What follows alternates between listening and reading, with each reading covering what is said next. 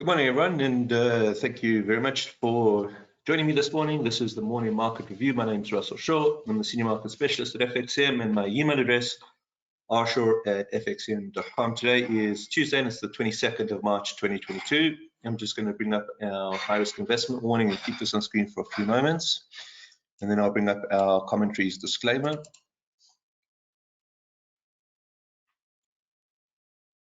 And here's the commentaries disclaimer. Hey Zanetta, good morning to you. Nice to have you on the webinar. Thank you everyone for joining this morning. It's much appreciated. I think this weekend the clocks are going to change, so just be aware of that for the webinars next week. Our references: FXCM Markets Limited 3.0 at cnbc.com. TradingView, we may use TradingView. Let's just bring up the first chart. I'll take a look at this in a moment. I just want to go through the CNBC morning note. Hey Katie, good morning to you. Nice to have you on the webinar. All right, so the headline for the CNBC article for Europe says European stocks head for lower open as Ukraine war inflation weigh on sentiment. And we'll just go through this.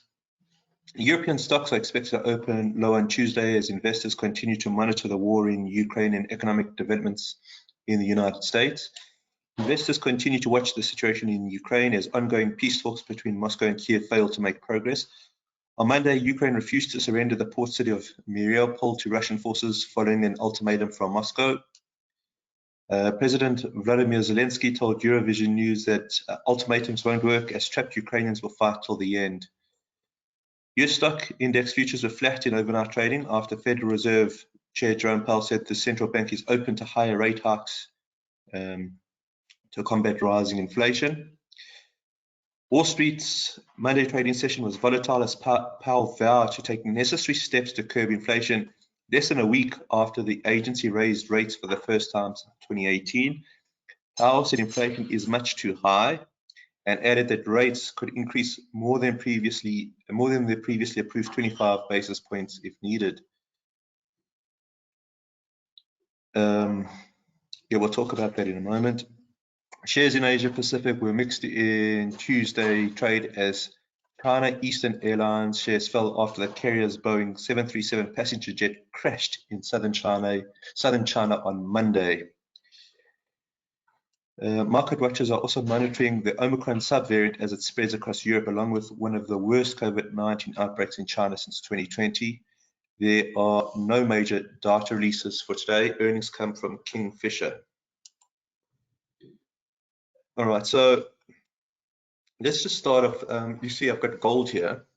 No, I missed yesterday because there's a public holiday here, but you can see it's a blue chart. I beg your pardon, a blue candle. Very small candle at the moment. Okay, this is a very small candle. So again, we just want to try and interpret this candle, and gold is a very good instrument for us to be looking at given its haven status. So there's two things that effectively jump out at me. The first thing is the size of the candle. So there's no real emotion one way or the other. There's no bulls driving the price up. There's no bears driving the price down for this week. We're very flat on the week. We want to just keep monitoring that. There's also an inside period. An inside period means it's completely within last week's range. Again, same explanation. Bears not taking price below last week's low, but bulls are not taking price above last week's high. So what's the interpretation there? One of uncertainty, and given the safe haven status, just kind of think of it as gold is sort of at a fork in the road. One path leads to lower prices in gold, meaning a more risk-on type of sentiment. One path leads to higher gold prices, which is of course a risk-off sentiment. But we haven't chosen the path yet, right? So I think the markets are just monitoring the news very carefully indeed. Let's just go through to DAX and see what's happening there.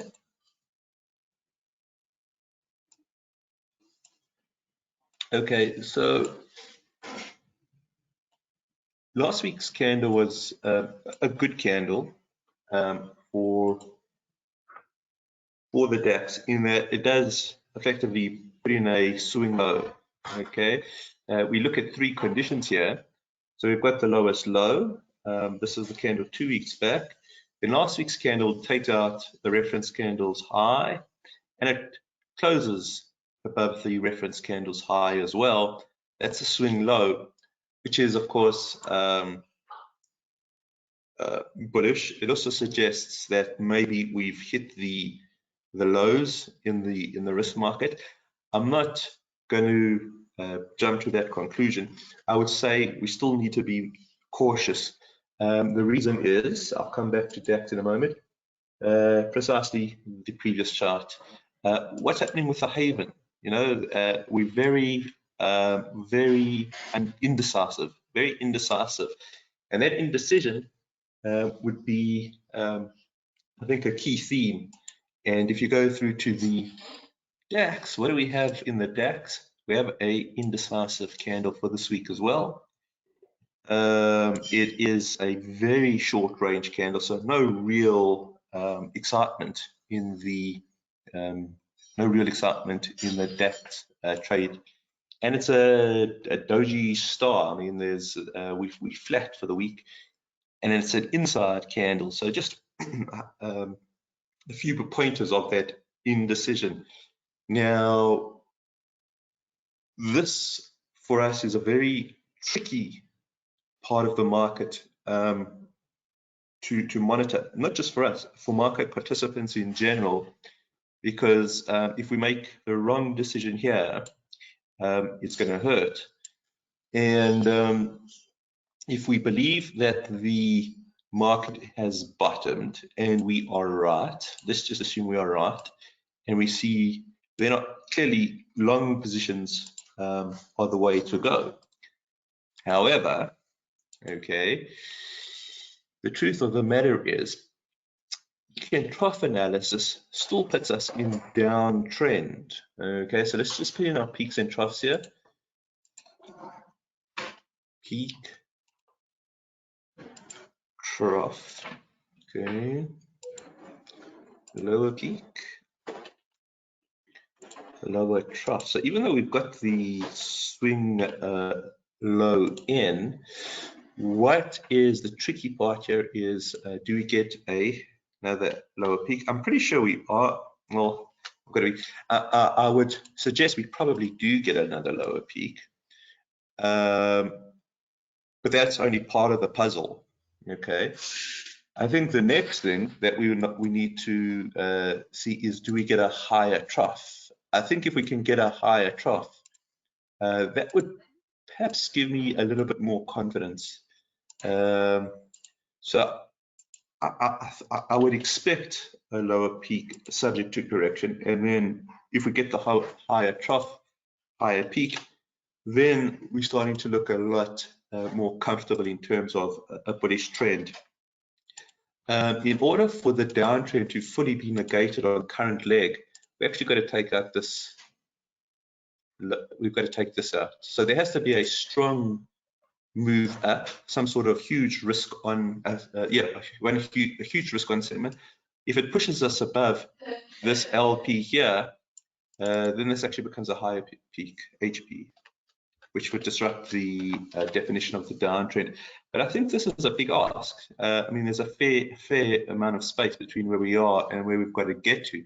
That's why I think that perhaps the lower peak is the more probable. And I think then the test comes in, do we get the higher trough? That would be the bullish. Or do we get the lower trough? Well, then that's the bear market rally that has started to cause all the damage. It's a very tricky part. The key here is the indecision from the markets. And that's where we find ourselves. If you are indecisive or uncertain at the moment, which I am, And I think that's the tone of this morning's webinar. We're not alone. You can see the shape of this week's curve, this week's candle. It's really one of indecision. Let's take a look at oil and see what's happening on that side of the market as well. So I'm going to bring up UK oil first. We'll take a look at US oil as well. And I think this is a large part of the indecision.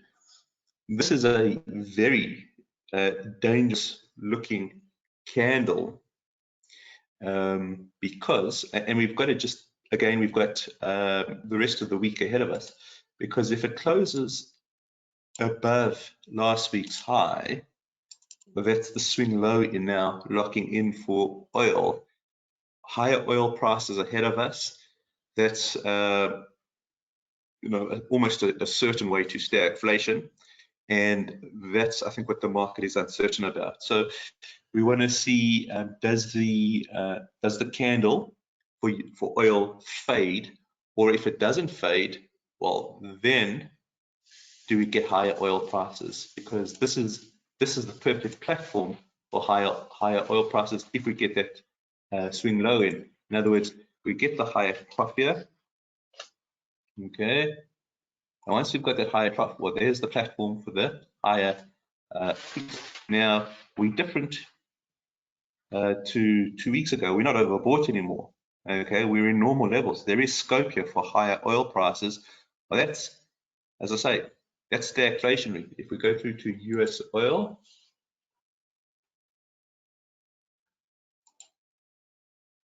okay, not quite as severe, but still worth monitoring. Okay, it still looks as if there is a higher trough. That is, okay, a higher trough. Now, I think we are going to have to go through to trading view. We're going to have to take a look at the yield curve and try and make some sort of inference from that, going back to DAX and other risk markets. Let's take a look at S&P as well. Okay, let's bring up the S&P.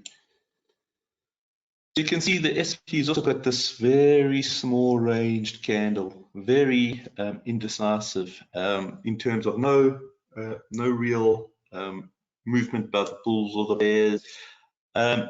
Perhaps a little bit more bullish than DAX. I would suggest, strictly speaking, we do have a higher high here on this week's. But let's just bring this in here.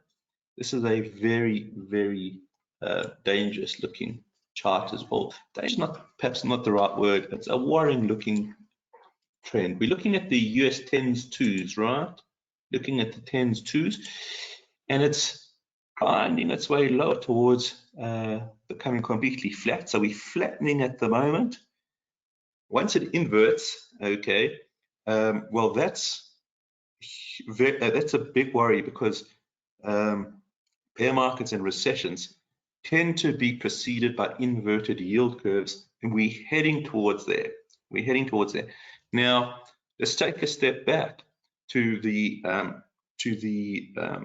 CNBC morning note, where we read that Fed Chair Powell says, well, we're going to be the whole point here is it looks as if the Fed is going to be aggressive with their hiking. Now, the situation has changed remarkably given where oil prices are, okay? And it's not just oil prices, it would be any raw material inputs, okay? Because there is a huge risk, actually, that the central bank here actually causes a recession. Let's just do a little bit of economics. We've done this before, but I think it's just worth understanding the situation based on the economics. I'm not sure the aggressive nature of interest rates are going to help in this case. we've got to watch gold, we've got to watch oil. If those come down, it's going to help the central bank tremendously. Really get itself out of a sort of a bear trap, out of a corner. Let's just put this as inflation, and let's just put this as GDP, and let's just make it very theoretical. Okay, so we're going to say this is where we are. Okay, so we're just going to talk about this in a very theoretical. We're going to assume we're at full employment. We're going to assume that this is at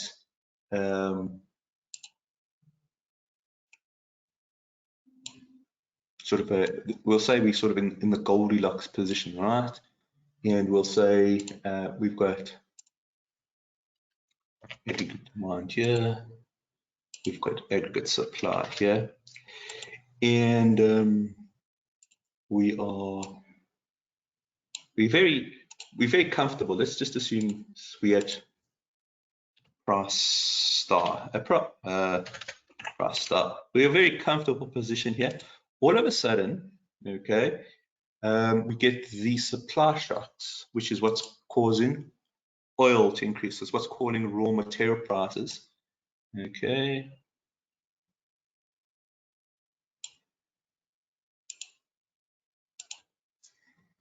Aggregate supply 1. So all of a sudden now we are at a position off of full employment, and we've got higher prices. So this is what the fear is. So this is stagflation. Okay, so we've got higher prices, and we've got lower employment. Y is another stands for income. GDP equals national income. That's why I'm using Y. Anyways, what Jerome Powell here is saying, now watch this very, very carefully. Okay, watch this, because this is the trap. What he's saying is we're going to raise interest rates. Okay, now interest rates effectively disrupt demand. Think about it just in terms of yourselves. You've got, let's say you buy a certain amount of goods on credit. For buying on credit, okay, you will need to pay the bank back interest, because that's the cost for taking out credit. If Jerome Powell starts hiking interest rates, it means if you're buying on credit, it's going to be more expensive for you, so you automatically start dialing back on your purchases. But think about it now on a macro level of a business who buys on credit and now has more. So demand automatically is going to be pushed back, and this is the trap. This is the trap. Okay, so we now have the interest rates shooting up. What has the central bank successfully done? They've controlled inflation. Okay, they've pushed inflation from P1 back to P, but at a huge cost. They've pushed GDP further into recession. Okay, so there is a huge danger here of a miscalculation from central banks, not because of wanting to control inflation, but when it comes to stagflation, you lose the tools that you have as a policymaker. It's a terrible, terrible situation to be in. What is the result of that?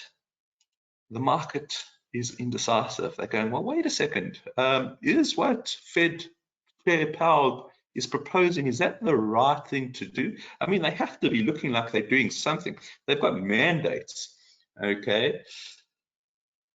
So, but they've got a dual mandate, so they can't only be acting. So what they seem to be doing here is they putting huge emphasis on inflation, and they're taking the emphasis also off of employment. So they're prepared to kind of pursue the one mandate at the expense of the other mandate, and then they're going to just be juggling between the two. It's you're stuck. So what do? There's no prescription for stagflation. That's why it's so worrisome. You know, there's not much that you can do. The idea here is the markets are very, very nervous, and that's why we watch gold like a hawk. If gold starts climbing, okay, that's money going into a safe haven for a very, very obvious reason. The market participants are starting to worry about stagflation. And just given where we are with regards to oil, I can clearly see why. All right. So if there's any questions, please go ahead and type those through. Any questions, please go ahead and type those through. In fact, just as a last reference, the Bank of England on Thursday hiked, but it was a dovish hike. It's a dovish hike. I think they're realizing the danger here. I'm not sure the Fed's quite got it.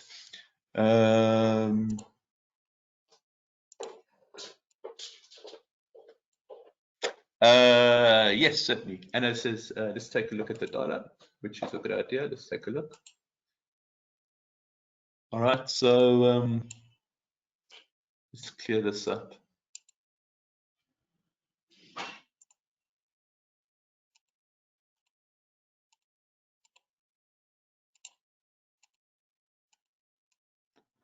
All right, so you've got this indecision and in the dollar as well. It's an inside period. There's perhaps a little bit more emotional attachment to dollar this week because of, we can see a slightly longer candle here. But right now, it's an inside period. Look at where the high is for the week. It's what we call a lower high, right? It's lower than last week's high. Where's the low? It's higher than last week, higher low. It's completely inside last week's. I think this is very much a key part of the indecision in the market. I think this is a key part of the indecision. I think that the dollar is a safe haven, but my thinking on the matter is that let's do it this way. Let's do it this way. Let's change this one to dollar. Let's change this one to gold. I'm going to bring them up side by side. Gold, dollar. All right, let's just bring this up side by side. Okay, so you've got gold on the left, you've got dollar on the right. So we are in a situation here which we haven't been in since the 70s, early 80s. So yes, the dollar is a safe haven to a degree. However, I think we've got to also bring in the what if. What if we do head into a stagflationary environment? Is the US dollar as good a safe haven as, say, gold? My thinking is not. Again, subject to correction. And the reason that I suggest that is because gold is a real asset. Okay, it's a store of value, whereas the US dollar is very much reliant on the effectiveness of the central bank. In a stagflationary environment, the central bank becomes largely ineffectual. So it can raise rates, okay, but that we've just seen is going to hurt.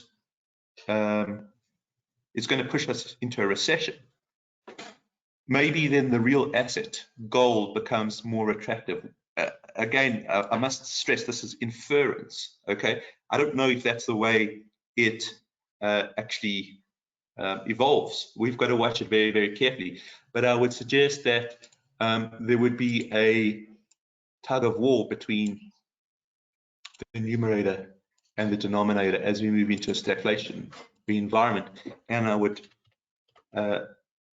suggest that the gold has an edge here, again, subject to correction. So The environment that is threatening, you know, is something that we haven't seen for 40 years. Gold in the 70s was very, very high. You know, then it came down, it dropped like a stone, so into the, you know, into the 80s, but it was very, very high. Let me just bring up.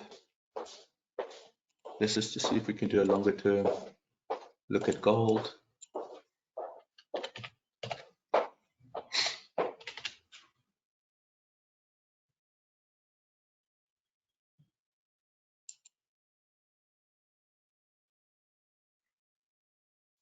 I'm going to see how far back we've got in terms of our history here. Yeah, okay, cool. So you can see gold climbs into the 80s. So here's your stagflation environment. So it kind of kicks off around here and then really bites in, it jumps up and then it drops like a stone. You see? So, and that's sort of the safe haven aspect of gold as stagflation starts to bite. And I'm asking about Swissy and yen. Again,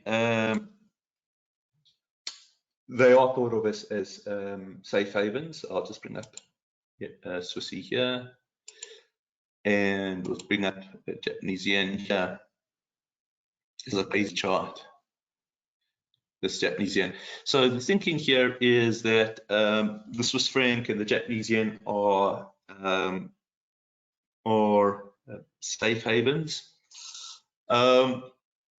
Well, let's just go back a bit here. Swissy sort of range bound at the moment. Yen clearly getting hammered. The reason yen getting hammered is, I think, because of the monetary policy differentials between the Fed and the Bank of Japan. The way, I guess, to address this, if we go into a stagflationary environment, and if Japanese yen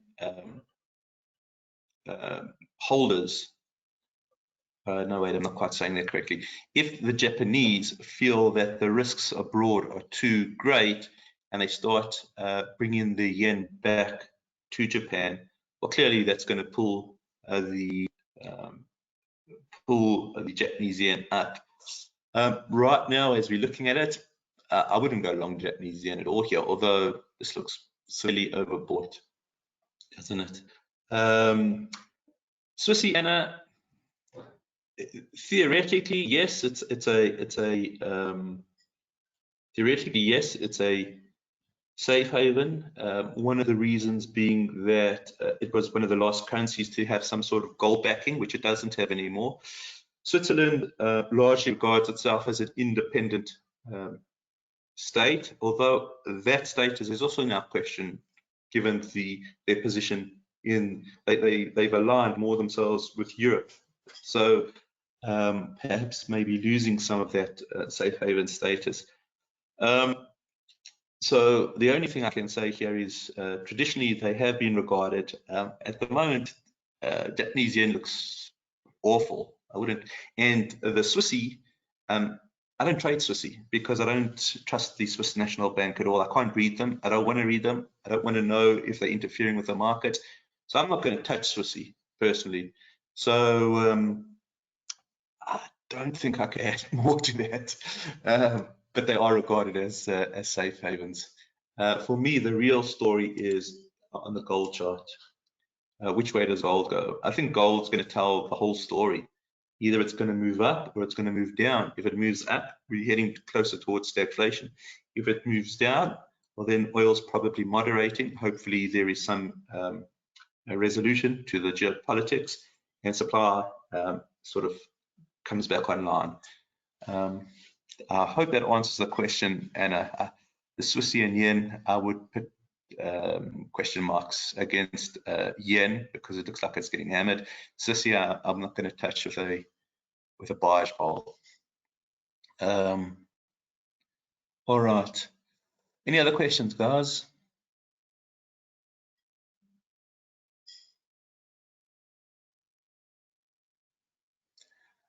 Derek just asking if we can look at the Aussie US dollar. Yeah. So the Aussie is a commodity currency.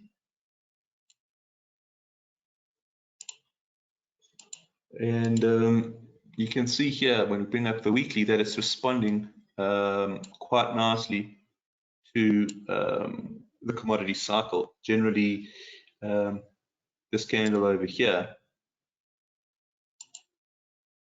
And I think that if the stagflationary pressures continue, then of course this probably has some sort of support, which by the way I think would add to the case gold over US dollar.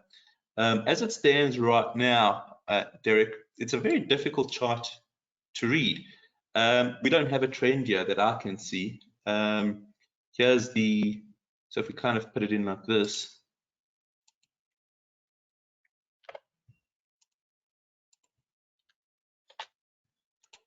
a trough peak. So what do we have here? Well, here we've actually got a lower trough. Right, this is a lower trough here. But we've got a higher peak here. So some sort of like broadening type of pattern, which are, you don't see them all that often.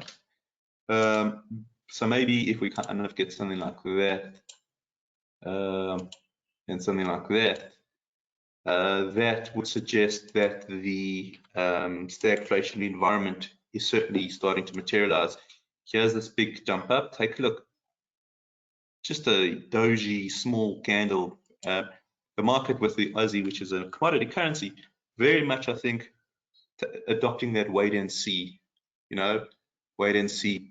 Does the Fed make that mistake of pushing the economy into recession, or do they actually manage to fine-tune their monetary policy and navigate their way through it?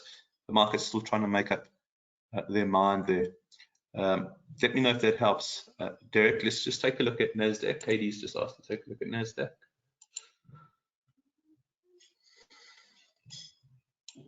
So, Katie, my feel with Nasdaq is very similar to the other risk market analysis we did. The trend is down. So we've got sort of a peak here. Not sort of, we do have a peak there. We have a reference trough there. Here's your lower peak. Here's your lower trough. Now, if we are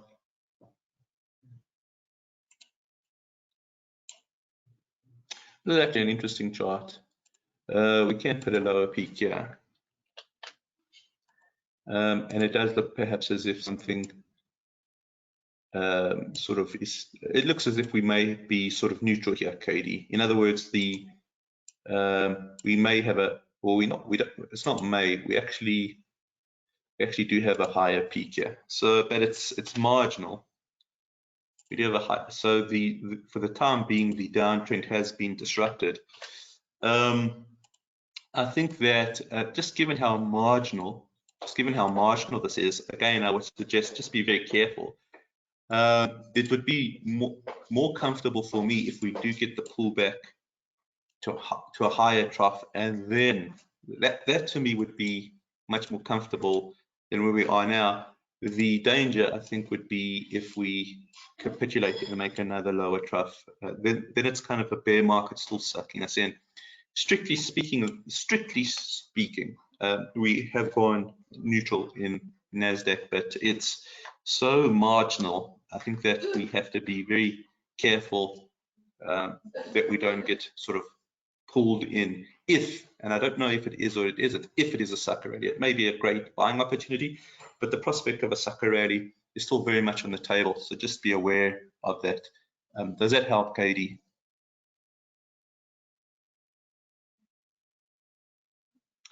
Why the big blue candle last week? Well,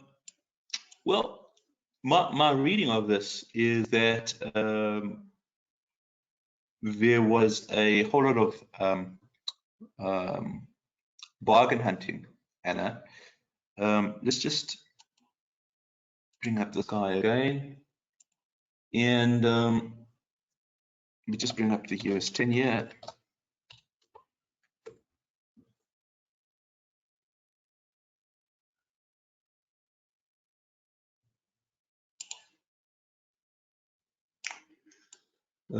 It is odd. Let's just try and just see this. It is odd. I think that the fact that the interest rates are going up, and we've got this big blue candle, so I think that there was some effort to buy some bargains. The fact that Nasdaq is increasing while yields are increasing is already sort of a little bit, it makes me a little bit nervous.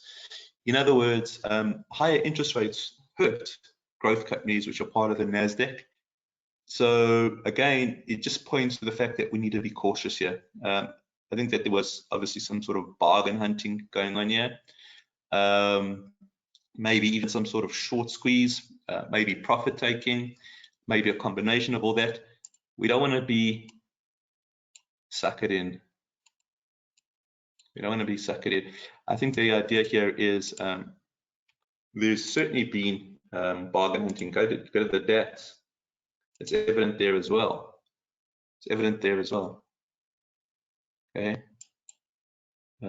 Portfolio managers have gone up bargain hunting. We want to make sure that they don't start selling out en masse.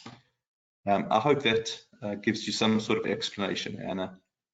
I think the big takeaway today is just the cautious nature of this week, especially off of some really tricky comments that we've got to try and navigate our way through. There's still a real danger of the central banks mismanaging this. How do we know? Just go to your 10-2s. Go to your 10-2s. The 10-year fixed income, they're not buying it. Okay, they're still holding their bonds, whilst the short term is moving up. That's why we're getting very close to inversion here. We're only 16 basis points away. We're in a very, very tricky situation here. The key here is for us to understand that there is a huge uncertain environment. Uncertainty equals risk.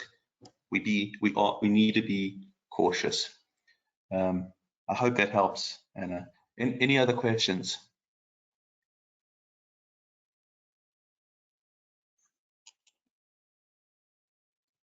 All right, let's wrap up here. And then you've got my email address, guys, and then we'll chat tomorrow morning. Thank you very much for joining me today. Remember, next week is the time change. So be aware of that. Thanks, guys.